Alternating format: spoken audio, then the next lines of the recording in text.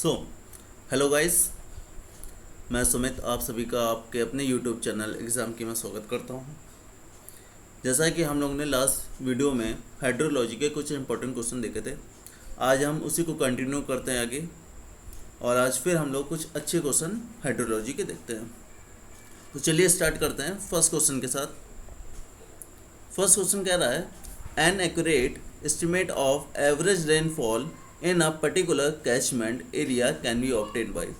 तो क्वेश्चन में accurate estimate of average rainfall का मेथड पूछ रहा है, ठीक है ना, कि हम किस मेथड से हम ऑब्टेन करते हैं। फर्स्ट है arithmetic mean method, isohyetal method, normal ratio method and Thiessen method. जैसा कि हम लोग जानते हैं जो आइसोहाइडल मेथड होता है ये एक्यूरेट मेथड होता है, ठीक है। इट इज एक्यूरेट मेथड, ठीक है, ये एक्यूरेट मेथड होता है। बट दिस इज ऐसे but this is very slow method, मतलब ये बहुत ही स्लो काम करता है, स्लो इसमें होता है, ठीक है ना, slow method. This is very slow method and laborious method, laborious method, ठीक है। बट ये एक्यूरेट मेथड होता है, ठीक है। So B is the right answer. चलिए नेक्स्ट क्वेश्चन देखते हैं। The probability of a 10-year flood to occur at least once in the next 5 year. तो यह हमसे 10 साल की प्रोबेबिलिटी पूछ रहा है, ठीक है ना। 10 साल की जो प्रोबेबिलिटी है हमसे पूछा है नेक्स्ट 5 ईयर के लिए, ठीक है। तो हम जानते हैं कि हमारा फॉर्मूला क्या होता है इसका, 1 माइनस पी की पावर n, ठीक है। तो p क्या होता है, हम यहाँ देखें p इक्वल टू होता है 1/t। तो यहाँ t की वैल्यू हमको 10 ईयर दे रखी है, ठीक है। तो ये हो जाएगा 1/10 मतलब 0.1। और हमें पता है कि n इक्वल टू क्या होगा 5 ईयर, ठीक। तो कुछ नहीं करना है, सिंपल सा फॉर्मूला है हमारा, इस फॉर्मूले पे हमें वैल्यू पुट कर देनी है। 1 माइनस p कितना आया 0.5 की पावर 5। तो यहाँ से सॉल्व करने पे हमें मिलेगा, आएगा कुछ 1 माइनस 0.59, ठीक। तो ये हो जाएगा 0.41। इसको अगर परसेंटेज में हम निकालें तो 41% हमारा आएगा आंसर। ऑप्शन देखिए B is the right answer, ठीक है। चलिए नेक्स्ट क्वेश्चन देखते हैं। सिंपल फॉर्मूले पे बेस्ड है ये question. If P is a precipitation and A is the area represented by a rain gauge and N is the number of rain gauge station in a catchment area, then the weighted area rainfall, ठीक है। जैसा कि हमने last time जाना था कि जो wetted area method होता है इसी को हम लोग क्या बोलते हैं, थीसन पॉलीगन मेथड भी इसी को हम लोग बोलते हैं, द पॉलीगन मेथड, ठीक है। तो इसका जो हम जानते हैं कि ये हम कैसे फाइंड करते हैं, ये होता है हमारा summation area into precipitation upon summation area, ठीक है ना। तो ये इसका देखिए ऑप्शन होगा हमारा C, option is the right answer, ठीक है। चलिए नेक्स्ट क्वेश्चन पे देखें। The following 4 hydrological features have to be estimated or taken as input before one can compute the flood hydrograph at any catchment outlet। तो किसी भी catchment outlet के लिए अगर हमें फ्लड हाइड्रोग्राफ कंप्यूट करना है या ऑब्टेन करना है, ठीक है ना, तो उसके लिए पूछ रहा है कि कौन सा हम सबसे पहले हाइड्रोलॉजिकल फीचर एस्टिमेट करते हैं। जैसा कि हम जानते हैं कि इस क्वेश्चन में जो हम सबसे पहले एस्टिमेट करते हैं ये होता है हमारा रेनफॉल हाइड्रोग्राफ, ठीक है ना। तो फ्लड को हम एस्टिमेट करने के लिए सबसे पहले हम रेनफॉल हाइड्रोग्राफ को जानते हैं। जब रेनफॉल हाइड्रोग्राफ जान जाते हैं तो इसके बाद हम लोग इनफिल्ट्रेशन इंडेक्स पता करते हैं, इनफिल्ट्रेशन इंडेक्स पता करते हैं। जब इनफिल्ट्रेशन इंडेक्स हमारा पता चल जाता है तो हम लोग नेक्स्ट यूनिट हाइड्रोग्राफ पता करते हैं, ठीक है, यूनिट हाइड्रोग्राफ। और जब यूनिट हाइड्रोग्राफ से हम लोग आगे बेस फ्लो पता करते हैं, ठीक है, बेस फ्लो पता करते हैं। तो इस प्रकार ये हमारा पूरा प्रोसेस होता है। तो अब ऑप्शन देखिए, तो क्या पूछा, the correct order in which they have to be employed in the computation is. तो करेक्ट हमसे इसका पूरा ऑर्डर पूछा है। तो सबसे पहले रेनफॉल, ठीक है, सबसे पहले रेनफॉल, देन हम फाइंड करते हैं इनफिल्ट्रेशन, देन यूनिट हाइड्रोग्राफ और देन फिर बेस फ्लो। ठीक, तो देखिए, तो मतलब 2 3 1 4, तो ये हमारा C option is the right answer. Okay, got it. चले नेक्स्ट फिर देखें, नेक्स्ट क्वेश्चन हमारा क्या है। नेक्स्ट क्वेश्चन कह रहा है the yield of well depends upon. जो वेल होता है उसकी जो ईल्ड होती है वो किस पे डिपेंड करती है। तो हम जानते हैं कि जो हमारी ईल्ड होती है वो हमारी डिपेंड करती है परमिबिलिटी ऑफ सॉइल पे। तो हम इस तरह लिखें, it's depend upon, it's depend upon,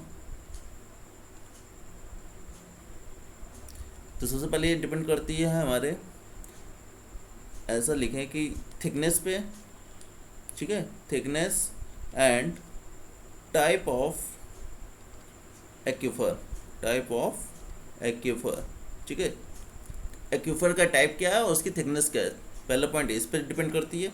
next है हमारे पार्टिकल साइज पे, particle size and permeability of the, and permeability of soil, soil की परमिबिलिटी क्या है इस पे भी डिपेंड करती है। नेक्स्ट डिपेंड करती है ड्रा डाउन पे, ड्रा डाउन पे भी डिपेंड करती है, एंड एक्चुअल फ्लो वेलोसिटी पे भी डिपेंड करती है, एक्चुअल फ्लो वेलोसिटी पे भी डिपेंड करती है, ठीक है, और क्रॉस सेक्शनल एरिया पे भी डिपेंड करती है।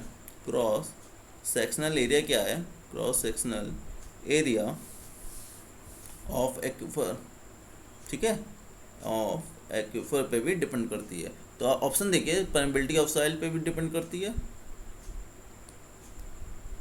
परमिबिलिटी ऑफ सॉइल पे भी डिपेंड करती है, एरिया पे भी डिपेंड करती है और actual flow velocity, means D is the right answer, all of the above, सब पे डिपेंड करती है वेल की यील्ड, ठीक है। चलिए नेक्स्ट क्वेश्चन देखें। द स्टैंडर्ड प्रोजेक्ट फ्लड, जो हमारा स्टैंडर्ड प्रोजेक्ट फ्लड होता है वो क्या है।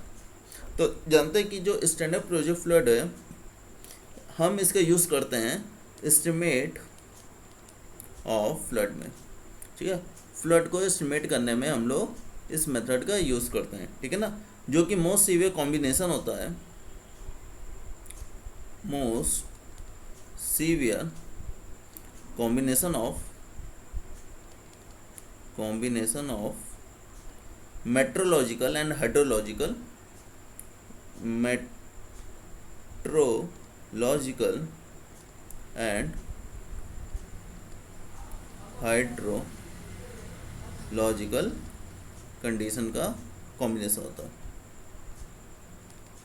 ठीक है, मतलब दोनों ही सीवियर कॉम्बिनेशन होता है, सीवियर कंडीशन का कॉम्बिनेशन होता है। तो ऑप्शन देखिए, drive from the probable maximum precipitation in the region, मतलब ये गलत है, drive from the severe most meteorological condition anywhere in the country, ठीक है, तो B is the right answer होगा, ठीक है। चलें नेक्स्ट क्वेश्चन देखें। Water present in an artesian aquifer is usually, ठीक है, तो पूछा कि जो हमारा आर्टिजियन एक्यूफर होता है उसमें जो वाटर प्रेजेंट होता है वो क्या है, ऑप्शन हमें दे रखा है। तो सबसे पहले हम लोग ये देख लेते हैं कि जो हमारा आर्टिजियन एक्यूफर होता है, आर्टिजियन एक्यूफर को हम लोग क्या बोलते हैं, कन्फाइंड एक्यूफर भी बोलते हैं, इज आल्सो कॉल्ड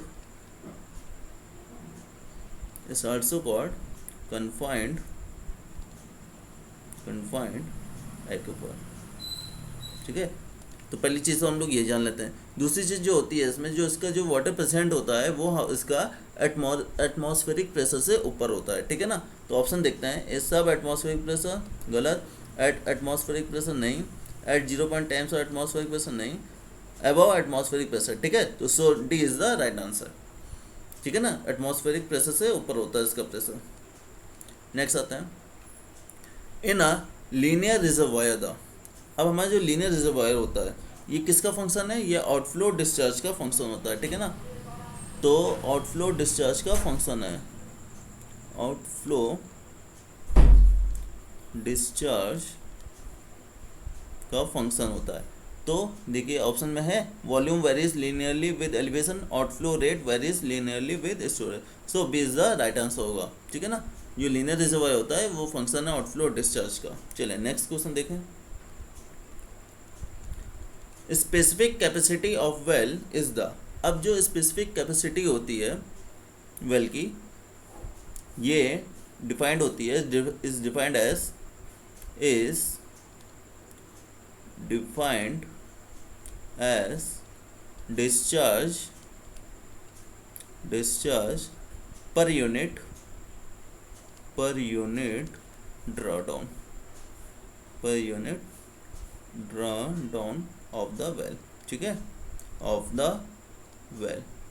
तो इस ऑप्शन देखिए, volume of water that can be extracted by the force of gravity from a unit volume of aquifer, discharge per unit draw down of the well, ठीक है ना। तो स्पेसिफिक कैपेसिटी हमेशा define होती है discharge per unit draw down पे, ठीक है। चलिए नेक्स्ट क्वेश्चन देखें।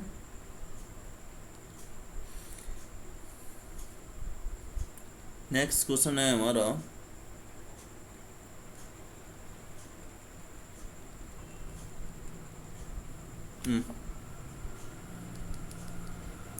क्या हो गया, जो भाई, हाँ नेक्स्ट क्वेश्चन है, ए 3 hours storm on a small drainage basin produce rainfall intensity of 3.5 centimeter per hour, 4.2 centimeter per hour और 2.9 centimeter per hour in successive hours. If the surface runoff due to a storm is 3 centimeter, then the value of phi index will be. तो हम जानते हैं जो हमारा total precipitation होता है, total precipitation वो क्या होता है, summation of intensity into duration. तो देखिए इंटेंसिटी हमें कितनी दे रखी है, 3.5 सेंटीमीटर पर आवर। तो पर आवर मतलब 1 घंटे में, तो इंटू 1 कर लीजिए, ठीक है, पहली हो गई। दूसरी इंटेंसिटी कितनी है, 4.2 सेंटीमीटर इंटू 1 क्योंकि पर आवर है, प्लस 2.9 सेंटीमीटर पर आवर, ठीक है। तो ये हमारी इंटेंसिटी हो गई, ठीक। चलिए निकालिए यहाँ से टोटल प्रेसिपिटेशन कितना आएगा, ये करके आएगा हमारा 10.6। अब हमको निकालना क्या है, फाई इंडेक्स निकालना है। तो फाई इंडेक्स का फॉर्मूला होता है, phi index equal to rainfall minus runoff upon time duration ना, टाइम ड्यूरेशन। तो देखिए रेनफॉल कितना आया, रेनफॉल मीन्स टोटल प्रेसिपिटेशन 10.6 हमारा रेनफॉल आया। रन ऑफ हमें कितना गिवन है, if the surface runoff due to storm is 3 centimetre, तो 3 सेंटीमीटर का हमको रन ऑफ है। और टोटल ड्यूरेशन टाइम कितना है, 3 आवर्स। देखिए ये क्वेश्चन में दे रखा है 3 आवर्स स्टॉर्म, ठीक है। तो ये हमें टोटल ड्यूरेशन टाइम दे रखा है। यहाँ से अगर आप सॉल्व करेंगे तो सॉल्व करने पे ये आएगा 2.533 सेंटीमीटर पर आवर। तो हमारा ऑप्शन देखिए यहाँ है 2. हाँ, so D is the right answer, ठीक है। तो डी इस क्वेश्चन का राइट आंसर हो जाएगा। चलिए नेक्स्ट क्वेश्चन को देखें। नेक्स्ट क्वेश्चन हमारा क्या रहा है, the performance of well is measured by, जो वेल की परफॉर्मेंस होती है वो किस पे मेजर करती है, सिंपल है, हमेशा रखिएगा जो वेल की जो परफॉर्मेंस होती है वो स्पेसिफिक कैपेसिटी पे डिपेंड करती है, ठीक है ना। तो ए इज़ द राइट आंसर हो जाएगा। चलिए नेक्स्ट क्वेश्चन देखें।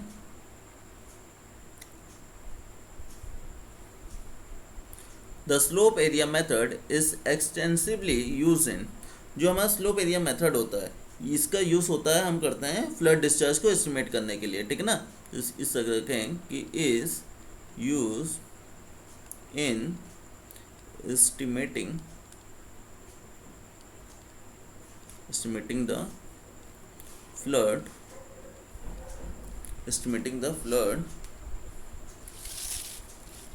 discharge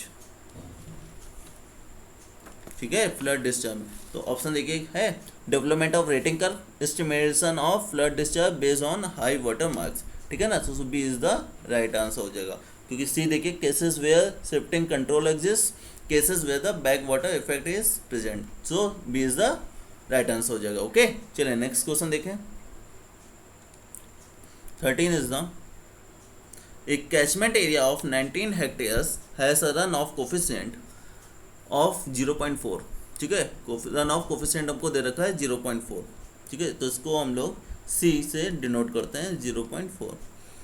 और एरिया में कितना है, एरिया हमें दिया हुआ है 90 हेक्टेयर का, ठीक है, 90 हेक्टेयर का एरिया है। और ए storm of duration larger than the time of concentration of the catchment end of intensity 4.5 centimetre per hour. Intensity हमको दे रखी है 4.5 सेंटीमीटर पर आवर। तो ये तीन चीज़ हमको गिवन है। हमसे पूछ क्या रहा है, पीक डिस्चार्ज रेट, मतलब क्यू पूछ रहा है। तो क्यू क्या होता है, सी इंटू आई इंटू ए, सिंपल सा फॉर्मूला है सी आई ए, ठीक है। वैल्यू पुट कीजिए, सी की जगह 0.4, आई क्या है, आई हमारा गिवन है 4.5 सेंटीमीटर पर आवर, ठीक है, 4.5 सेंटीमीटर पर आवर। अब देखिए ऑप्शन में हमारा जो है वो मीटर क्यूब पर सेकंड में पूछा है, ठीक है। जो हमें पीक डिस्चार्ज पूछा है वो मीटर क्यूब पर सेकंड में पूछ रहा है। तो अब इसको हम लोग कन्वर्ट कर लेते हैं। तो 4.5 सेंटीमीटर है तो इसको मीटर में कन्वर्ट करने के लिए क्या करेंगे, बटे 100 कर देंगे, ठीक है। और पर आर है तो इसको घंटे को अगर हम लोग सेकंड में कन्वर्ट करें तो 60 इंटू 60, ठीक। तो ये घंटे में चेंज हो जाएगा। एरिया कितना है, एरिया है हमारा 90 हेक्टेयर। अब हेक्टेयर को हम लोग मीटर में अगर कन्वर्ट करें तो 10 की पावर 4 हो जाएगा। अब इसको अगर सॉल्व करो तो सॉल्व करने पे ये आएगा, कुछ वैल्यू आएगी 4.5 मीटर क्यूब पर सेकंड की, क्योंकि हमने सारी वैल्यू को मीटर क्यूब पर सेकंड में कन्वर्ट कर लिया। तो अब ऑप्शन में देखिए, ऑप्शन में हमारा 4.5, D option is right answer. Okay, चलिए नेक्स्ट क्वेश्चन पे चले। Next question is 14, which one of the following flood routing method involves the concept of wedge and prism storage। अब हमसे पूछा है वेज एंड प्रिज्म स्टोरेज के concept पे कौन सा मेथड हमारा फ्लड राउटिंग का होता है। तो सिंपल सा याद रखिएगा, जो मस्किंगम मेथड है ये हमारा वेज एंड प्रिज्म स्टोरेज पे डिपेंड करता है, ठीक है। तो B is the right answer. चलिए नेक्स्ट क्वेश्चन देखें।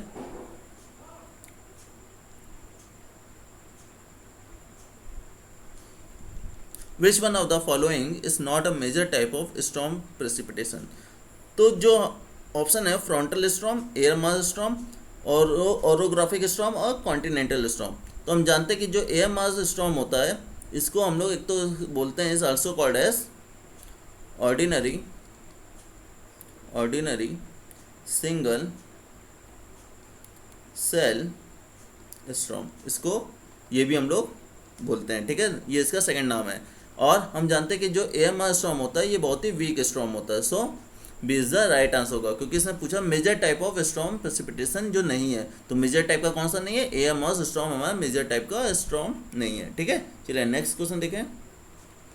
What is probable maximum precipitation, ठीक है। तो प्रोबेबल मैक्सिमम प्रेसिपिटेशन क्या होता है, तो सबसे पहले हम लोग ये जानते हैं कि प्रोबेबल मैक्सिमम प्रेसिपिटेशन है क्या।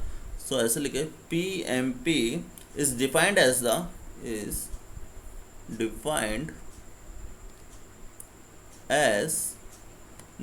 greater rainfall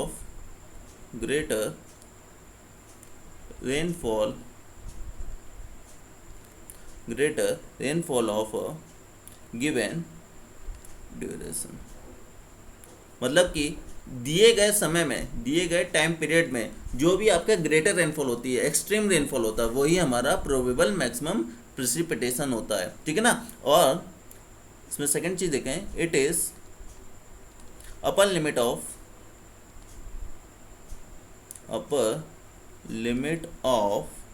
physically possible precipitation, ठीक है।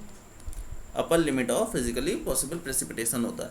तो अब ऑप्शन देखें, projected precipitation for 100 year return period, maximum precipitation for all past recorded storm, upper limit of rainfall which is justified climatologically effective precipitable water, so upper limit of rainfall, ठीक है। So C is the right answer. चलिए next question पर देखें। The rainfall hyetograph shows the variation of which one of the following. तो जो हमारा hyetograph होता है ये हमारा ग्राफ शो करता है रेनफॉल इंटेंसिटी और टाइम के बीच में, ठीक है। रेनफॉल इंटेंसिटी एंड टाइम के बीच का हमें ग्राफ देता है, कौन देता है? हाइटोग्राफ, ठीक है, याद रखिएगा, हाइटोग्राफ, ठीक। So C is the right answer. चलें नेक्स्ट क्वेश्चन को देखें। A unit hydrograph for a watershed is triangular in shape between with base period of 20 hours. तो चलिए यहाँ पहले हम लोग बना लेते हैं, हम देख लेते हैं कि जो हमें बेस पीरियड है, बेस पीरियड हमें 20 आवर्स का दे रखा है, ठीक है। The area of the water set is 500 hectare. तो हमें एरिया कितना गिवन है? 500 हेक्टेयर का हमको एरिया हमसे पूछ क्या रहा है? हमसे पूछ रहा है पीक डिस्चार्ज क्या होगा, मतलब कि क्यों हमसे पूछ रहा है। तो हम जानते हैं कि हमारा जो एरिया अंडर यूनिट हाइड्रोग्राफ होता है वो क्या होता है बताइए भाई? वो होता है डायरेक्ट रन ऑफ ना, direct run off volume due to 1 centimetre, due to 1 centimetre effective rainfall, ठीक है। तो ये हम जानते हैं कि इस तरह यूनिट हाइड्रोग्राफ का एरिया होता है। तो अब हम निकालते हैं, हमें कौन सा शेप दे रखा है? ट्रायंगुलर शेप दे रखा है। तो जो ट्रायंगुलर शेप का फॉर्मूला होता है ये निकालने का क्या होता है? 1/2 डिस्चार्ज हमको निकालना है इनटू बेस, क्योंकि ये कुछ ऐसा बनता है ना, याद करिए यूनिट हाइड्रोग्राफ का हम लोग ने लास्ट टाइम जो ग्राफ बनाया था वो कुछ ऐसा बनाया था, हमने इसके भी पहले क्वेश्चन कर रखे हैं, ठीक है। अगर आपने ना देखा हो तो प्रीवियस वीडियो में जाके आप देख सकते हैं। तो ये हमारा बेस होता है और ये हमारा क्यू होता है, ठीक है। तो इसका अगर आप एरिया निकालोगे तो क्या होगा? 1/2 बेस इंटू हाइट। हाइट क्या है? हाइट ये है, तो हाइट क्या हो गई? क्यू, ठीक है। तो यहाँ से निकलेगा हमारा फॉर्मूला। बेस कितना है? 20 है, तो ये हो गया ये। अब हमें डायरेक्ट रन ऑफ निकालना है। तो डायरेक्ट रन ऑफ के लिए हमें कितना एरिया दे रखा है? 500 हेक्टेयर।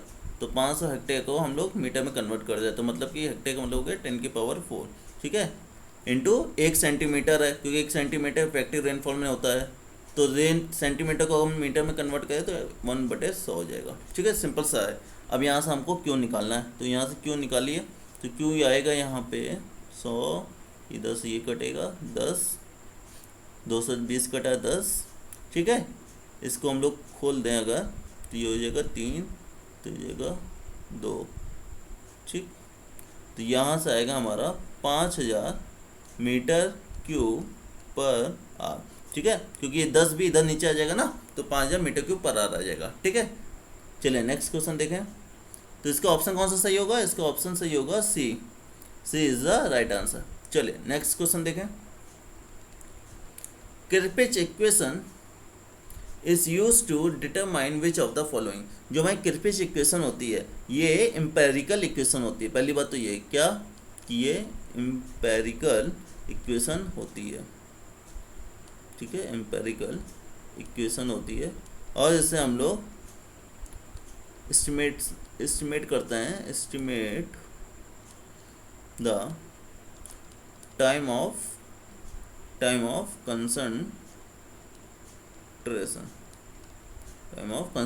को हम लोग एस्टिमेट करते हैं। तो किर्पिच इक्वेशन का यूज़ करते हैं हम डिटरमाइन करने में time of concentration is run of hydrograph. तो रन ऑफ हाइड्रोग्राफ का टाइम ऑफ कंसंट्रेशन को डिटरमाइन करने के लिए किर्पिच इक्वेशन का यूज़ किया जाता है। So C is the right answer. चलिए नेक्स्ट क्वेश्चन देखें। ये क्वेश्चन रटने वाला ही है, ठीक है। चलिए नेक्स्ट क्वेश्चन देखते हैं।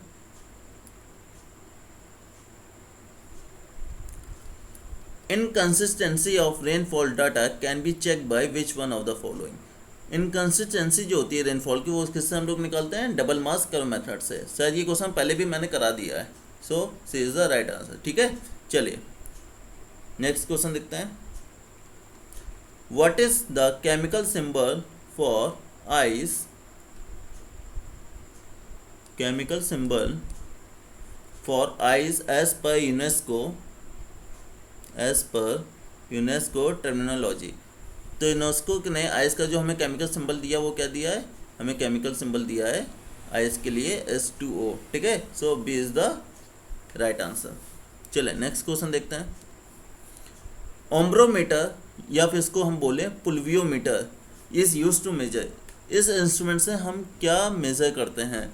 तो जो ओम्ब्रोमीटर होता है इसको हम लोग एक नाम और कहते हैं, is also called, is also known as, ऐसे जाने इज आल्सो नोन एज, इसको हम लोग बोलते हैं हाइटोमीटर, ठीक है। और इससे हम लोग क्या निकालते हैं, rainfall depth. It determine the rainfall depth, rainfall depth निकालने के लिए इंस्ट्रूमेंट का यूज होता है, ठीक है। So B is the right answer. चलिए नेक्स्ट क्वेश्चन की तरफ चलते हैं। The design flood commonly adopted in India for barrage and minor dams. तो हम इंडिया में जब डिज़ाइन फ्लड करते हैं, जब फ्लड को हम डिज़ाइन करते हैं बैराज और माइनर डैम्स के लिए, तो किसका यूज़ होता है, या तो स्टैंडर्ड प्रोजेक्ट फ्लड का यूज़ होता है, यहाँ लिख देता हूँ स्टैंडर्ड प्रोजेक्ट फ्लड का, या तो फिर हम 100 ईयर के फ्लड का वैल्यू ले लेते हैं, ठीक है। इन दोनों में जो भी बड़ा होता है, इन दोनों में जो भी बड़ी वैल्यू होती है उसको हम लोग अडॉप्ट कर लेते हैं, ठीक है। सो ऑप्शन देखिए डी, स्टैंडर्ड प्रोजेक्ट फ्लड और 100 year flood whichever is higher. तो इन दोनों में जो भी हायर वैल्यू होती है उसको हम लोग अडॉप्ट करते हैं, ठीक है। चलें नेक्स्ट क्वेश्चन की तरफ चलते हैं। A mean annual rainfall 2 metre cube per second from a catchment of area 10 kilometre square represent an effective rainfall.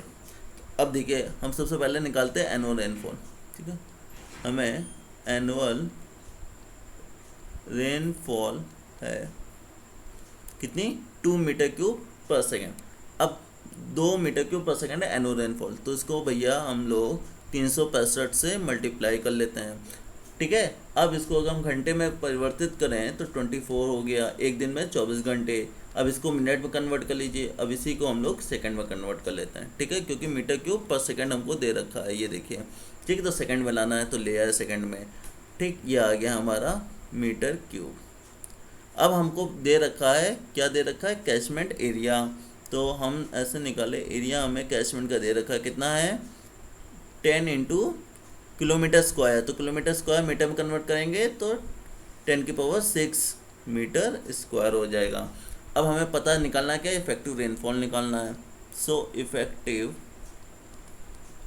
Rainfall निकालने के लिए क्या होगा फॉर्मूला, एनुअल रन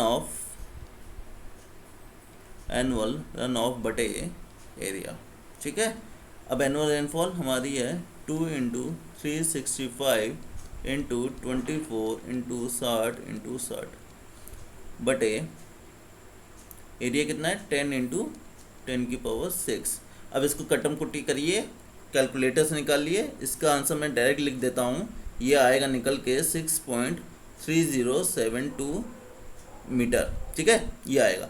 अब हमें आंसर देखिए इसमें गिवन है ऑप्शन में सेंटीमीटर में, तो चलो इसको कन्वर्ट कर लीजिए, सेंटीमीटर में कन्वर्ट करेंगे कितना होगा, 630.7 सेंटीमीटर। ऑप्शन देखिए 630 है, 630 सेंटीमीटर है, तो C is the right answer, okay. चलिए नेक्स्ट क्वेश्चन देखते हैं। A culvert is designed for a peak flow QP on the basis of rational formula, ठीक है। तो रेशनल फॉर्मूला हमको पता है भाई, if a storm of the same intensity as use in design and twice the duration occurs, ठीक है भाई, चलो ठीक है। The resulting peak discharges, so हम जानते हैं कि जो हमारा फॉर्मूला होता है, रेशनल फॉर्मूला ये होता है QP = CAI, ठीक। तो मतलब कि यहाँ पे जो हमें दे रखा है in the design and twice the duration, तो अगर हमारा ड्यूरेशन दुगना भी हो जाएगा तो भाई टाइम का तो जहाँ कहीं कोई लेना देना ही नहीं है क्यूपी से ना, इस फॉर्मूले में टाइम से कोई लेना देना ही नहीं है, तो इसलिए हमारा आंसर जो होगा वो सिंपल क्यूपी ही रहेगा। ठीक है, so A is the right answer. चलिए नेक्स्ट क्वेश्चन देखें। नेक्स्ट क्वेश्चन हमारा कह रहा है, कहाँ गया भाई, आ जाओ। हाँ, the best estimated of run of represented by 57 mm of run of depth from a basin area 3300 kilometre square nearly. तो भाई हमको रन ऑफ एस्टिमेट करना है, तो हम जानते हैं कि हमारा जो फॉर्मूला होता है एस्टिमेटेड रन ऑफ निकालना है। तो भाई हमें एरिया कितना दे रखा है, 3300 किलोमीटर स्क्वायर। किलोमीटर स्क्वायर को अगर हम कन्वर्ट कर लें किस में, मीटर में, तो किलोमीटर स्क्वायर का मतलब हो गया 10⁶। ठीक है, मीटर में आ गया। अब हमें 57 mm का रन ऑफ डेप्थ है, तो 57 को हम mm को मीटर में कन्वर्ट करेंगे तो इंटू 10⁻³ हो जाएगा। ठीक, अब हमें निकालना है डेज में, क्योंकि ऑप्शन में हमें डेज है, तो इसको हम लोग डेज में कन्वर्ट कर लें। तो करने के लिए क्या करेंगे, 24 × 60 मिनट × 60 सेकेंड। ठीक, तो ये हमारा डेज में कन्वर्ट हो जाएगा। अब इसको हम लोग सॉल्व करते हैं। भाई एरिया इंटू डेप्थ निकाल लो, तो वहाँ से हमें रन ऑफ पता चल जाएगा। अब इसको कट्टम कुट्टी करोगे, मतलब कैलकुलेटर से निकाल लो, तो 2177 क्यूमेक पर डे आंसर आ जाएगा। ठीक है, तो देखो ऑप्शन में है 2177, 2175 है, तो ऑलमोस्ट नियर है। ठीक है, तो 2175 is the right answer, C is the right answer. चलिए नेक्स्ट क्वेश्चन पे देखें। नेक्स्ट क्वेश्चन कह रहा है भाई, a stilling well is required when the stage measurement is made by employ. जो हमारा स्टिलिंग वेल है वो कब हमें आवश्यकता होती है उसकी, भाई उसकी आवश्यकता होती है हमें जब हमारा फ्लोट गेज रिकॉर्डर होता है। So B is the right answer. ये रटने वाला है भाई, इसमें कुछ समझने वाला नहीं, तो float gauge recorder is the right answer. चलिए नेक्स्ट क्वेश्चन देखें। The coefficient of variation of the rainfall for 6 gauge station in catchment was found to be 29.4%। तो हमें कोफिशिएंट ऑफ वेरिएशन कितना दे रखा है, कोफिशिएंट ऑफ वेरिएशन हमें दिया है 29.4%। ठीक है, the optimum number of station in the catchment for an admissible 10% error. Admissible error हमें कितना दिया है, 10%। ठीक है, तो अब हमें निकालना है ऑप्टिमम नंबर ऑफ स्टेशन। तो हम जानते हैं कि जो optimum number of rain gauge station का फॉर्मूला क्या होता है, CV अपॉन एप्सिलॉन नॉट का होल स्क्वायर। CV क्या है, कोफिशिएंट ऑफ वेरिएशन, इसको हम आगे लिख दें, ये है हमारा CV, और एडमिसिबल एरर है हमारा एप्सिलॉन नॉट। ठीक है, तो कुछ नहीं करना, सिंपल वैल्यू रखो 29.54/10। ठीक, इसका स्क्वायर, यहाँ से वैल्यू निकलेगी हमारी, आएगी सॉल्व करके 8.7। तो ऑलमोस्ट इसको हम लोग अप्रोक्सीमेट 9 मान लेते हैं। सो देखिए ऑप्शन में है 9 है, तो 9 इज द राइट आंसर। ठीक, so C is the right answer. चलिए नेक्स्ट क्वेश्चन की तरफ चलते हैं।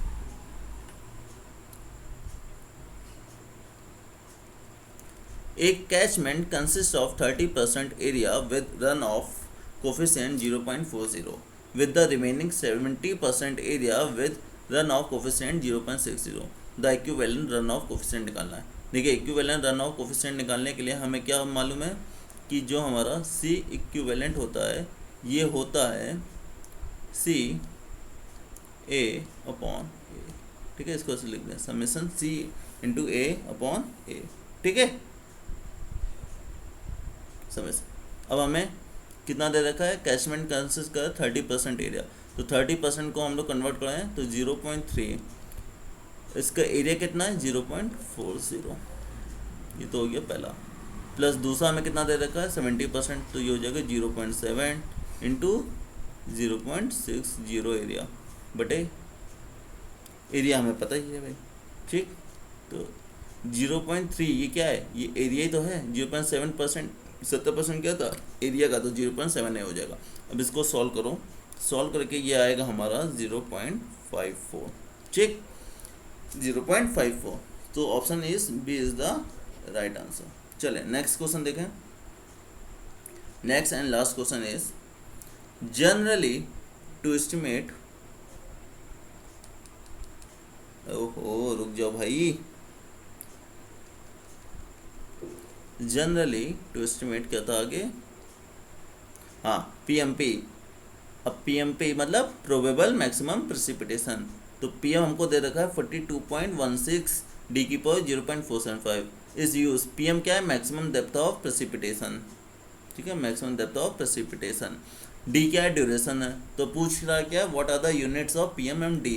तो पूछा कि पीएम और डी की यूनिट क्या होगी। हम जानते हैं जो हमारा प्रेसिपिटेशन होता है इसको हम लोग, जिसको हम लोग बोल रहे हैं क्या, मैक्सिमम डेप्थ ऑफ प्रेसिपिटेशन। तो इसकी जो रन ऑफ डेप्थ होती है उसको हम लोग मेज़र करते हैं सेंटीमीटर में, और जो ड्यूरेशन होता है वो हमारा मेज़र होता है घंटे में, आवर्स में। तो ऑप्शन इज सेंटीमीटर और hour, so D is the right answer, ठीक है।